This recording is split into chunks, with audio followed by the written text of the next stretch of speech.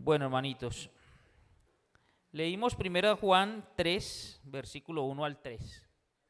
Vamos a tratar, mis hermanos, de responder tres interrogantes de estos tres versículos. El primer versículo dice: mirad cuál amor nos ha dado el Padre para que seamos llamados hijos de Dios. Entonces, primero, ¿quiénes somos? Del versículo 2, amados, ahora somos hijos de Dios y aún no se ha manifestado lo que hemos de ser. Entonces, ¿qué seremos?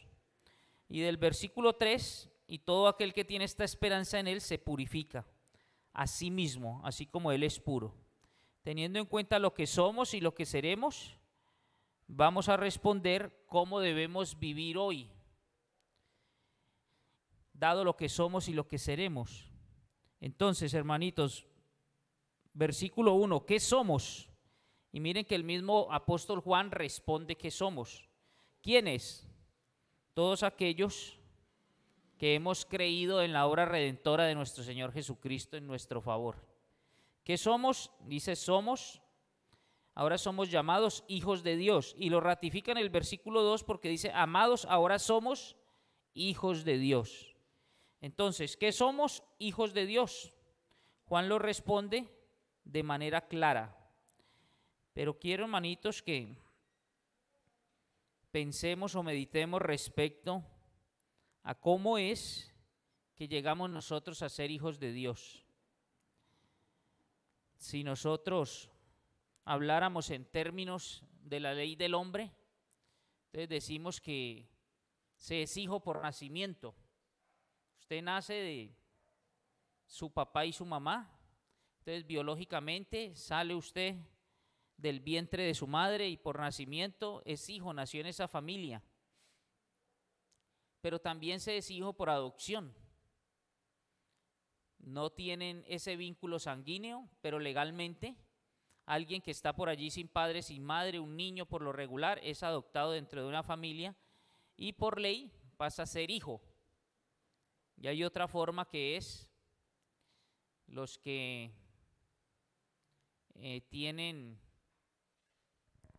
tenemos una edad ya más avanzada, nos acordamos de los hijos ilegítimos o los hijos bastardos.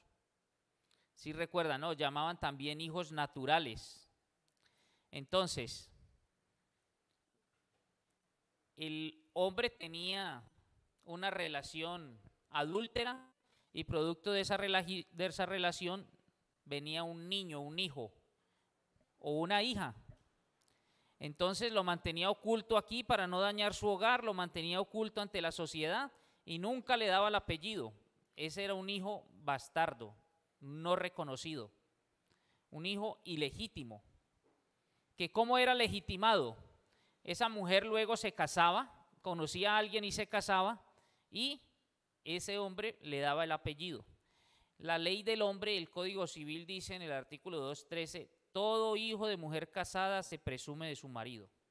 Entonces, cuando contraía matrimonio esa pareja, mire que ese niño que antes era un bastardo, que era un ilegítimo, pasaba a ser miembro de esa familia. Y era tanta la discriminación que no heredaban igual. Era tanta la discriminación, por ejemplo, que en la policía usted no podía ser oficial ni ingresar a la policía si era un hijo bastardo. Si usted no tenía el apellido de su papá y de su mamá, no era recibido, porque era un bastardo, ¿sí?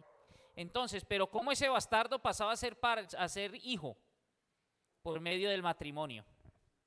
Y nuestro Señor nos hace hijos de las tres formas. Por nacimiento, el mismo apóstol Juan lo explica en Juan 1:13, cuando dice que no somos engendrados de sangre, ni de voluntad de carne, ni de voluntad de varón, sino de Dios. Somos nuevas criaturas. Como le dijo nuestro Señor Jesucristo a Nicodemo, es necesario nacer de nuevo. Por medio del nuevo nacimiento espiritual, entonces somos hechos hijos. Cuando usted escucha la palabra de verdad, ¿sí?, y cree en mi Señor Jesucristo como Señor y Salvador, viene el Espíritu Santo a morar en usted Y por creer en la obra redentora de Cristo, usted es nueva criatura, nace de nuevo, entonces es hijo. Pero también dice, ahora mire Santiago 1, versículo 18 dice que los hijos que él de su voluntad nos hizo nacer por la palabra de verdad. Allí está el nuevo nacimiento, que viene por el oír la palabra de verdad. La fe viene por el oír la palabra de verdad. Creemos, depositamos la confianza en la obra de Cristo y nacemos de nuevo, hijos de nacimiento, pero también legalmente somos hijos. Es lo que dice Romanos 8:15. Romanos 8:15.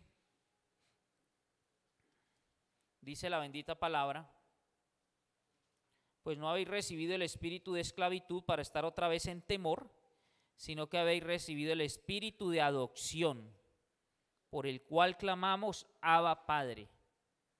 Adopción, adoptados en la familia de Dios. Y el versículo 17 dice, y si hijos también somos herederos, herederos de Dios y coherederos con Cristo. ¿Sí? Entonces mire, es lo mismo, mis hermanos, que establece la bendita palabra en Gálatas. Gálatas 4:4 dice que llegado el cumplimiento del tiempo, cuando vino el cumplimiento del tiempo, Dios envió a su Hijo nacido de mujer y nacido bajo la ley. ¿Para qué? Para que redimiese a los que estaban bajo la ley, a fin de que recibiésemos la adopción de hijos. Entonces, hijos por nacimiento, hijos por adopción. Y todos sabemos que la iglesia es la esposa del Cordero. La esposa del... Mi Señor ya ve eso concretado, porque mi Señor tiene el panorama completo. A nosotros, obviamente, sabemos, lo habla Apocalipsis, las bodas del Cordero, pero la iglesia es la esposa del Cordero. Entonces, de esa manera podemos decir que somos también inmersos en la familia de Dios, como cuando se casa un hijo, entonces uno dice, ve, una hija, y la ley que dice, sí, ahora son familiares por afinidad, ¿sí? Y la ley respalda eso, entonces se entra a ser hijo por el matrimonio, es lo mismo en la bendita palabra. Entonces mire el amor de nuestro Señor, que de todas formas nos hace su hijo, por la fe en Cristo, por la obra redentora de mi Señor Jesucristo en nuestro favor. Entonces, ahora, ¿qué mueve a nuestro Señor de acuerdo a este versículo? ¿Qué lo mueve a hacernos sus hijos? A nosotros que estábamos muertos en delitos y pecados, ¿qué mueve a nuestro Señor a hacernos parte de su familia? Y el versículo es claro, ¿no? Cuando inicia diciendo, mira cuál amor nos ha dado el Padre. ¿Cuál amor nos ha dado el Padre? Para que seamos llamados hijos de Dios. Es decir, que lo que mueve a nuestro Señor, lo que le movió, hacernos parte de su familia, adoptarnos como hijos, hacernos sus hijos, dándonos una nueva naturaleza, regenerándonos, dándonos un nuevo corazón, es por amor. Un amor, hermanitos, que como hablaba el domingo en la cena del Señor, no tiene comparación. El amor de nuestro Señor es único. ¿Por qué? Porque es un amor eterno. Como nuestro Dios es eterno, su amor es eterno. Miren, Jeremías 31:3 dice, con amor eterno te he amado. Ese amor fue el que hizo nuestro Señor planear el plan de salvación. Planear todo el programa de salvación que ejecutó a cabalidad mi Señor Jesucristo y del cual somos convencidos por su Santo Espíritu. Pero también el amor de nuestro Señor, que es único, no solo por ser eterno, sino que también es inmutable. Nos amó estando muertos en delitos y pecados. De tal manera amó Dios al mundo y nos ama ahora, que somos sus hijos. Y como Dios no cambia, en Él no hay sombra de variación, siempre nos ha amado en la misma forma. Me amó cuando era hijo de obediencia y me ama ahora cuando soy hijo de obediencia. Entonces, un amor eterno, un amor inmutable. habiendo obedecido, Él me bendice, pero cuando yo soy desobediente, entonces con su amor me disciplina. Es lo que habla la bendita palabra. El amor de Dios, por el amor Dios nos disciplina. Es decir, que la disciplina es una manifestación del amor de Dios. Mire, Hebreos 12:6 dice, el Señor al que ama, disciplina. Si te dejas sin disciplina, entonces usted es del ejemplo de esos que puse al principio, bastardo, no reconocido. Y usted pues, imagínese, nunca le dio el apellido, no volvió a saber de él. Ese hijo se crió por ahí como quiso, a su suerte. Entonces, ¿ustedes creen que el padre lo disciplinaba? No, si nunca supo de él. Entonces, el que se deja sin disciplina, dice la palabra, es bastardo, porque uno no disciplina al hijo del vecino. Usted se encuentra niños inquietos por ahí en la calle, tocan las puertas, salen corriendo, se suben con la bicicleta por los andenes, casi se lo llevan a usted, pero usted no disciplina a ese niño. No, no, es hijo suyo. Entonces usted, no, nada que ver con él. Al que es hijo se disciplina, y es lo que hace nuestro Señor con nosotros. Nuestro Señor nos disciplina. Entonces, ¿quién disciplina al que no es hijo? ¿Quién lo disciplina? Porque usted puede pensar, pero esos son los que más requieren disciplina. Pero esos, ¿quién los disciplina? Nadie. Esos son castigados. Y nosotros somos disciplinados. ¿Por qué? Porque ya fuimos castigados en Cristo. Él llevó nuestro castigo para que nosotros ahora podamos ser disciplinados. Porque la disciplina de nuestro Señor es para formar a Cristo en nosotros. Entonces, ¿sí ve la diferencia? Los que no son hijos, los que no creen en mi Señor Jesucristo como Señor y Salvador, ellos no son disciplinados, ellos van a ser castigados por no depositar su confianza en Cristo. Entonces, toda la ira de Dios va a ser sobre ellos. Pero nosotros ya fuimos castigados. Y de una forma para nosotros inimaginable, brutalmente en la espalda de nuestro Señor Jesucristo. Él cargó todos nuestros pecados. Por eso fue castigado como si hubiese vivido la vida nuestra. Y nosotros ahora podemos ser disciplinados. No castigados porque Él ya recibió nuestro castigo. Disciplinados para formar a Cristo en nosotros. Entonces, aprendemos también que el amor de nuestro Señor, ese amor, ¿cuán amor nos ha dado el Padre? Mira cuál amor nos ha dado. Un amor eterno, un amor que es único porque es eterno, es inmutable, pero también es sacrificial. El amor de nuestro Señor es sacrificial. Miren ustedes que dice Romanos, allí donde estábamos leyendo en el capítulo 5, versículo 10. Porque si siendo enemigos fuimos reconciliados con Dios por la muerte de su Hijo, mucho más estando reconciliados seremos salvos por su vida. Entonces, ¿qué nos dice? Que siendo enemigos Él nos reconcilió.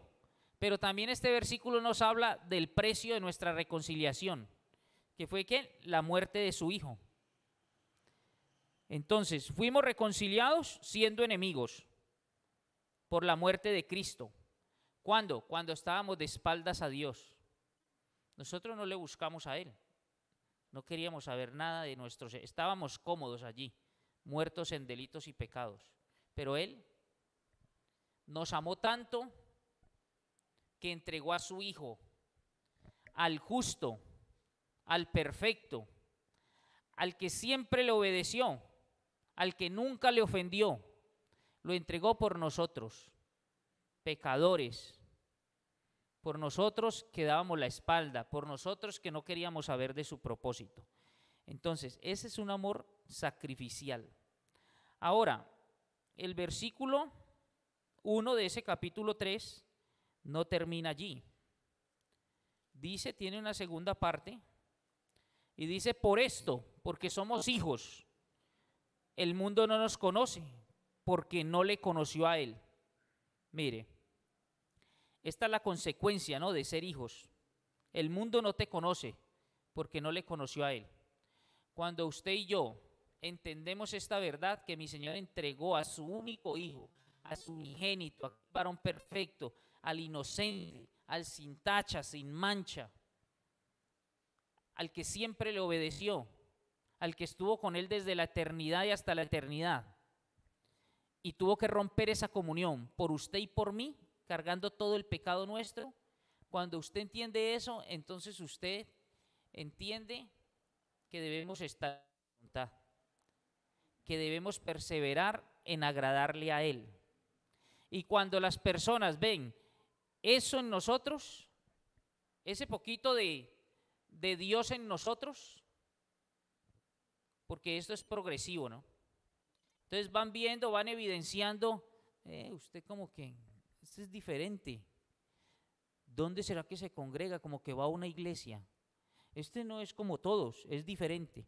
Cuando van viendo eso, entonces viene el rechazo.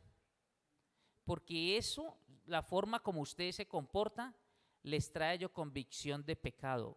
Y obviamente no les gusta sentirse de esa manera. Entonces por eso te rechazan. ¿Sí? Por eso es que rechazan. Porque están viendo, ya, usted y yo estamos siendo transformados. Mire, y pensaba yo lo siguiente, mis hermanos, que nosotros podemos, sin quererlo, sin intención, predicar un evangelio por obras. Porque ¿qué decimos nosotros regularmente? ¿Cómo presentamos el mensaje de salvación? Nosotros decimos, usted tiene que arrepentirse y creer. Y cuando la persona se arrepiente y cree, y él nos dice, hace su profesión de fe y dice, no, yo he creído, muchas veces decimos, ve, él ya es hermano, ya es salvo, porque creyó, lo manifestó con su boca, que ha creído. Y la palabra no nos enseña eso, hermanitos. Dice Mateo 7, está hablando mi Señor Jesucristo y dice en el versículo 18 de Mateo 7, viene hablando de guardarse de los falsos profetas, que vienen con vestidos de ovejas, pero por dentro son lobos rapaces. Y dice que por sus frutos los conoceréis. Y sigue diciendo nuestro Señor, ¿acaso se recogen uvas de los espinos o higos de los abrojos? Así todo buen árbol da buenos frutos, pero el árbol malo da frutos malos. No puede el buen árbol dar malos frutos, ni el árbol malo dar frutos buenos. Todo árbol que no da buen fruto es cortado y echado en el fuego.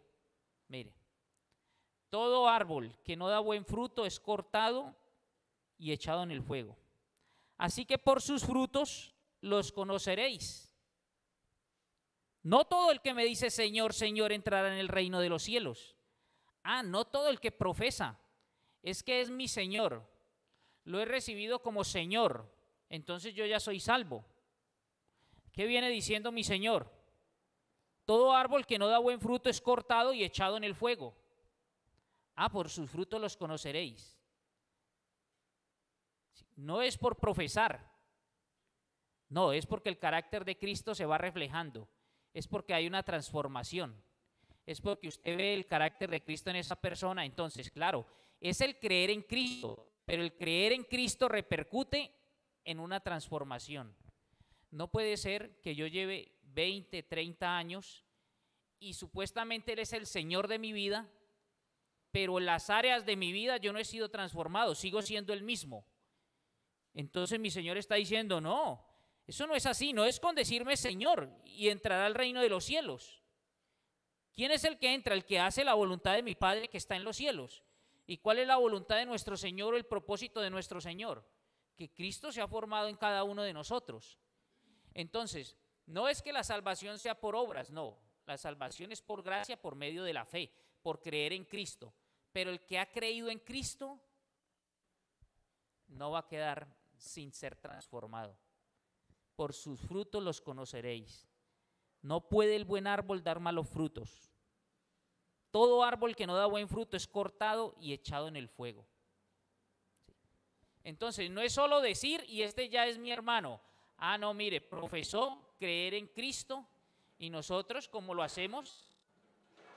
Entonces vamos con ese hermanito, dedicamos más tiempo, pero estamos viendo y, ay, mira que hay una transformación, hay un cambio. Claro, es que el creer de la Biblia va acompañado de esa transformación. El Espíritu Santo, usando la bendita palabra, va haciendo en todo el que es nueva criatura.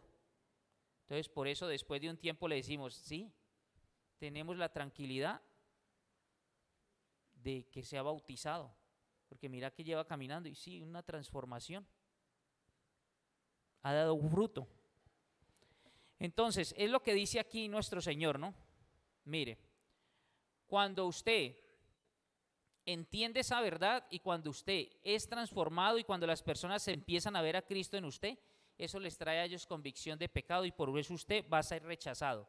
Es lo que dijo mi Señor Jesucristo, despidiéndose prácticamente de sus discípulos en Juan 15. Mire que Él les dice, en el versículo 18, si el mundo os aborrece, sabed que a mí me ha aborrecido antes que a vosotros.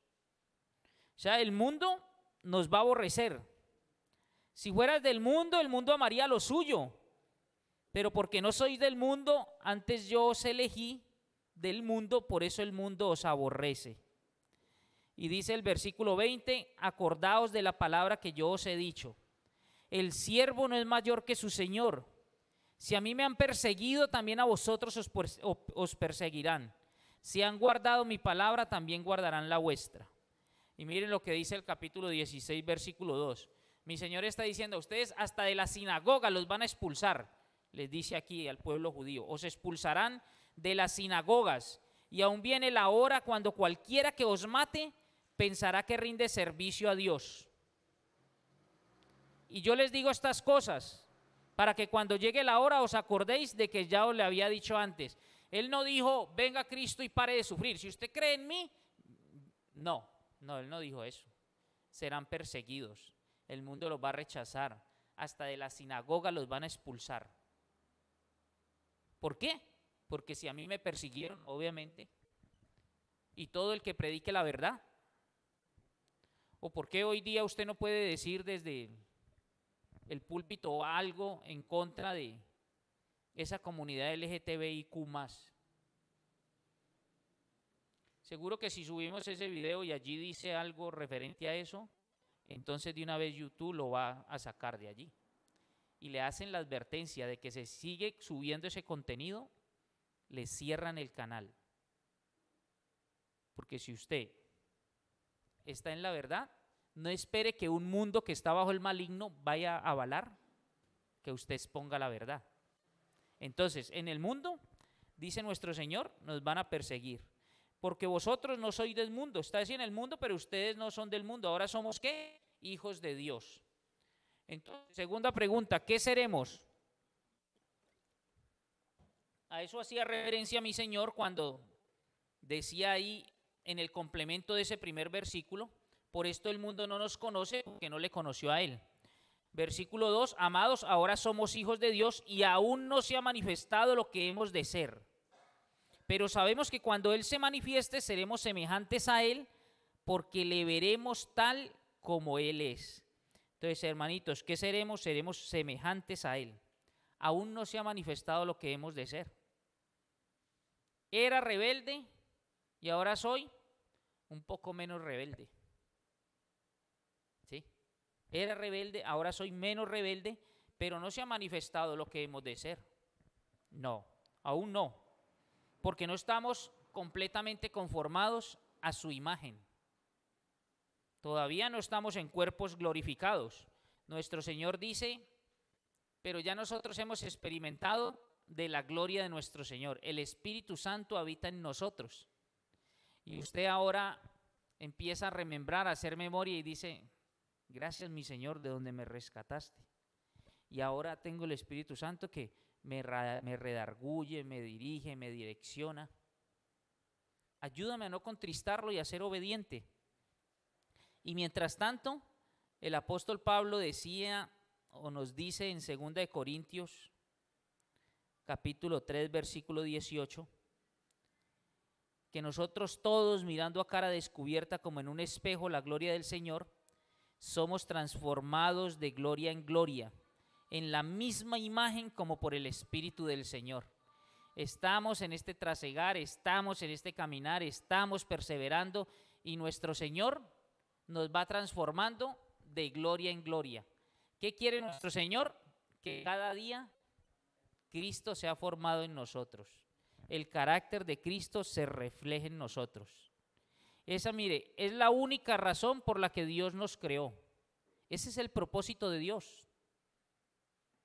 Por eso el versículo tan conocido y que a muchos nos gusta mucho, que dice que a los que aman a Dios todas las cosas les ayudan a bien, a los que conforme a su propósito son llamados, porque a los que antes conoció también los predestinó. ¿Pero para qué nos predestinó? Para que fuesen hechos conformes a la imagen de su Hijo, para que Él sea el primogénito entre muchos hermanos. Entonces, ¿y qué garantía hay de que nosotros estamos siendo transformados y vamos a ser semejantes a Él?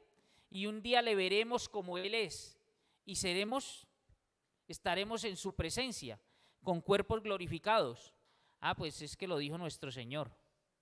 Y Él no es hombre para que mienta, ni hijo de hombre para que se arrepienta. Sí, Números 23, 19. Y también Josué creo que habla de... Entonces, Él lo dijo y se hace. El cielo y la tierra pasan, pero su palabra no pasará. Entonces, cuando sea como Él es, cuando esté en semejanza a Él, ¿qué va a ocurrir? Pues mire, estaré librado de esta lucha cotidiana entre carne y espíritu. ¿Se acuerda? Estudiábamos, se oponen entre sí para que no hagáis lo que queréis. Ya se habrá acabado eso. Se acabará esa lucha. No volvería a pecar más. Ya no voy a decir, como decía el apóstol Pedro ahí en Romanos 7, porque lo que hago no lo entiendo. Versículo 15 de Romanos 7. Pues no hago lo que quiero, sino lo que aborrezco, eso hago. Y termina ese versículo 24, miserable de mí, ¿quién me librará de este cuerpo de muerte? Decía el apóstol Pablo. Gracias doy a Dios por Jesucristo, Señor nuestro. Ya no estaremos en eso, en esa lucha, que me levanto y Señor, ayúdame para ser obediente a tu Santo Espíritu y no buscar agasajar la carne y no caer en tentación.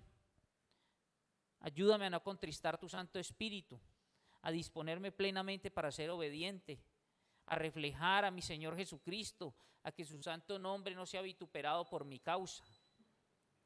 Sí, a que estos miembros ya no le sirvan al pecado, Señor, sino que pueda hacer cualquier cosita hoy por ti, que no pierda el día. Entonces, esa lucha, obviamente con cuerpos glorificados, se termina. Seremos semejantes a Él.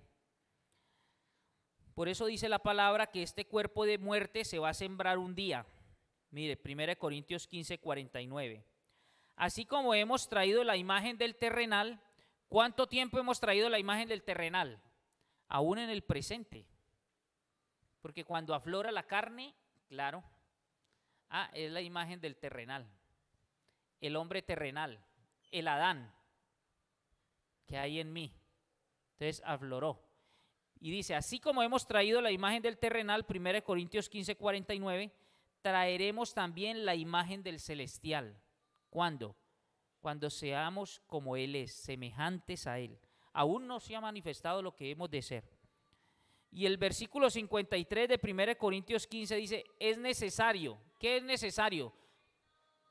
Para que seamos como Él es. Que esto corruptible se vista de incorrupción y esto mortal se vista de inmortalidad. Se siembra en corrupción, resucitará en incorrupción.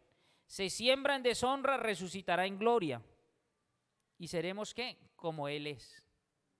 1 Corintios 15, 42. Se siembra en corrupción y resucita en incorrupción.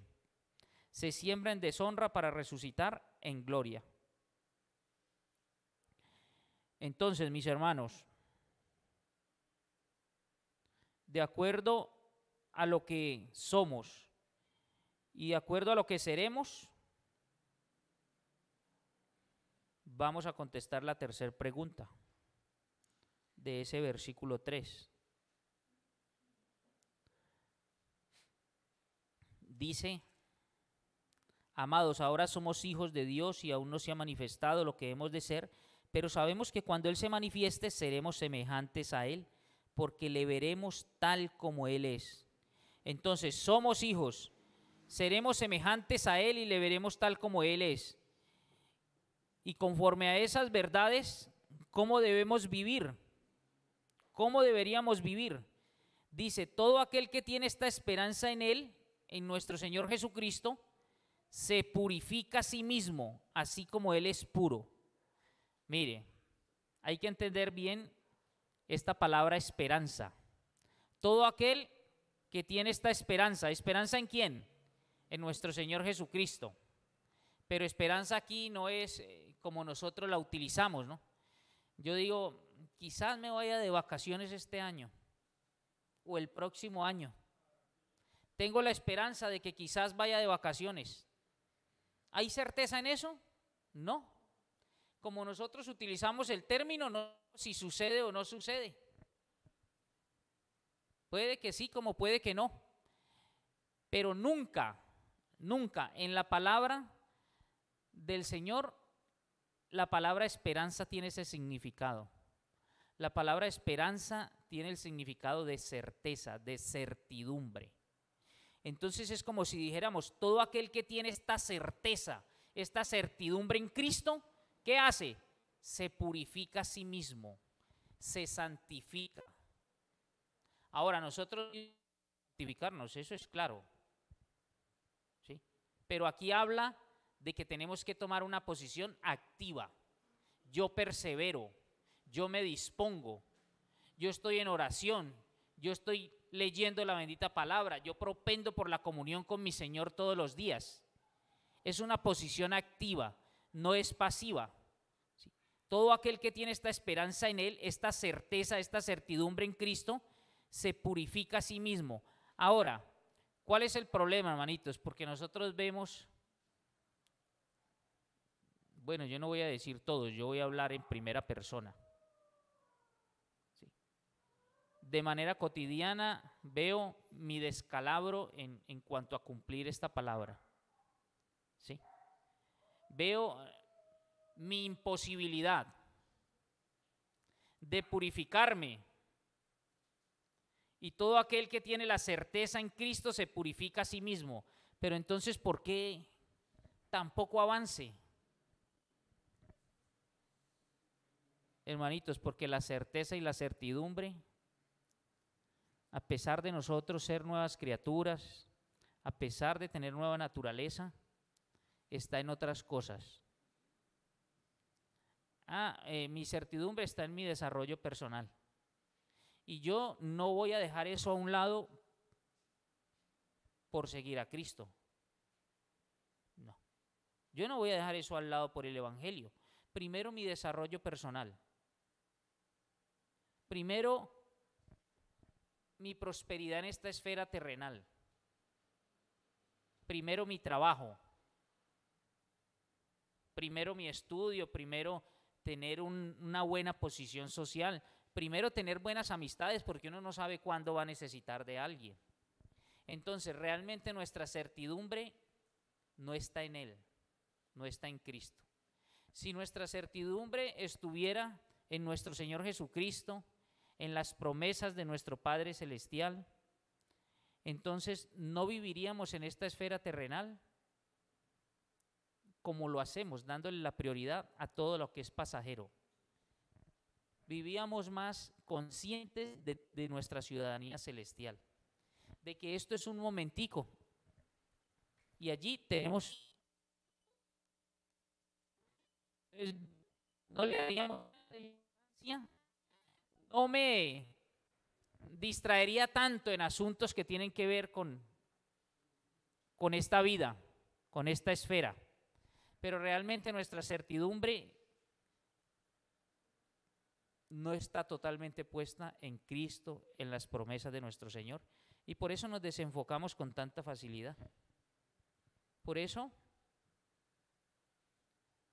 sucumbimos ante esto, ¿no? Porque si nosotros tuviésemos esa certidumbre, entonces todo el que tiene esa certidumbre se purifica a sí mismo, así como Él es puro, ¿sí? Mire, esa certidumbre puede estar en las finanzas, esa certidumbre puede estar en el trabajo, y algunos la certidumbre está en el matrimonio. Y resulta que la certidumbre tiene que estar es en mi Señor. Ahora, todo esto, hermanitos, cuando uno vuelve atrás y revisa lo que hemos estudiado hasta el momento, puede uno decir si hemos prestado atención que la clave que nos quiere mostrar el apóstol Juan, guiado por el Espíritu Santo, es la comunión. Desde que empieza habla de comunión. Si tenemos una comunión estrecha con nuestro Señor, mire, quiero ilustrárselo de esta manera. Cuando usted tiene una amistad muy cercana, usted se ha encargado de construir una buena amistad con alguien, a usted le cuesta mucho trabajo defraudar a ese amigo. Sí. Usted casi nunca un buen amigo a usted lo traiciona. Yo lo veo en la Escritura, en Jonatán y en David. Y aún Jonatán muerto, David está en el palacio y no tiene tranquilidad porque dice, esta es la promesa que yo le hice a mi amigo.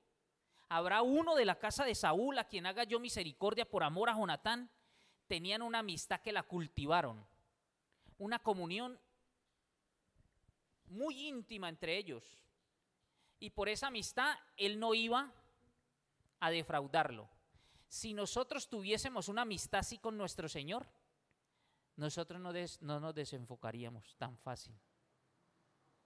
Si nosotros tuviésemos esa amistad, si le conociéramos más, podríamos decir como el salmista, no, tu palabra para mí es miel, es un deleite. Tus estatutos para mí, yo no quiero otra cosa. Nada me lograría distraerme porque es que aquí yo estoy pleno, es que lo que yo logro con la comunión con mi Señor no me permite distraerme en otros asuntos, perder el enfoque. Entonces, ¿cómo es que nosotros, teniendo la certeza en Él, nos purificamos así como Él es puro? En comunión con Él, no hay otra forma. En comunión con Él, en comunión constante, en comunión cotidiana, en el estudio de la palabra, en el amarle a Él sobre todas las cosas. Por eso mi Señor resumió en términos de relación, resumió la ley en amar al Señor tu Dios sobre todas las cosas y al prójimo como a ti mismo. Si usted ama a su esposa como a usted mismo, la ama porque usted ama a Dios, entonces usted ama a su esposa. Es muy difícil que usted defraude a su esposa. Muy difícil. Si usted ama así a sus hijos, es muy difícil que defraudemos a nuestros hijos. ¿Sí? Si los amamos así de esa forma, pero si no se ama, usted le da la prioridad. No, es que hoy los amigos y tengo esto y tengo otro, porque usted ha cultivado más esa relación con ellos. Entonces, es infaltable. No, es que tenemos que jugar esto, tenemos que... Y viene el deterioro, porque para usted el mayor amor se concentra allí, no acá. Entonces, comunión. Si tenemos comunión con mi Señor, no nos vamos a desenfocar con tanta facilidad. Y teniendo esa certeza en nuestro Señor Jesucristo, nos purificamos a nosotros mismos, así como Él es puro. Pero todo esto, mis hermanos, obviamente que no es en nuestras fuerzas, es en comunión con Él. Padre Santo, amadísimo Dios, gracias, mi Señor, por tu bendita palabra, Padre. Gracias por este tiempo, Señor. Gracias por cada hermano a quien tú pones, Señor, el sentir en el corazón de venir, Señor, a congregarse en tu nombre, Señor. Ayúdanos a cultivar, Señor, ese amor, esa relación estrecha contigo. Amarte por sobre todas las cosas, Señor, y amar al prójimo como a nosotros mismos. Amar a tu iglesia, Señor.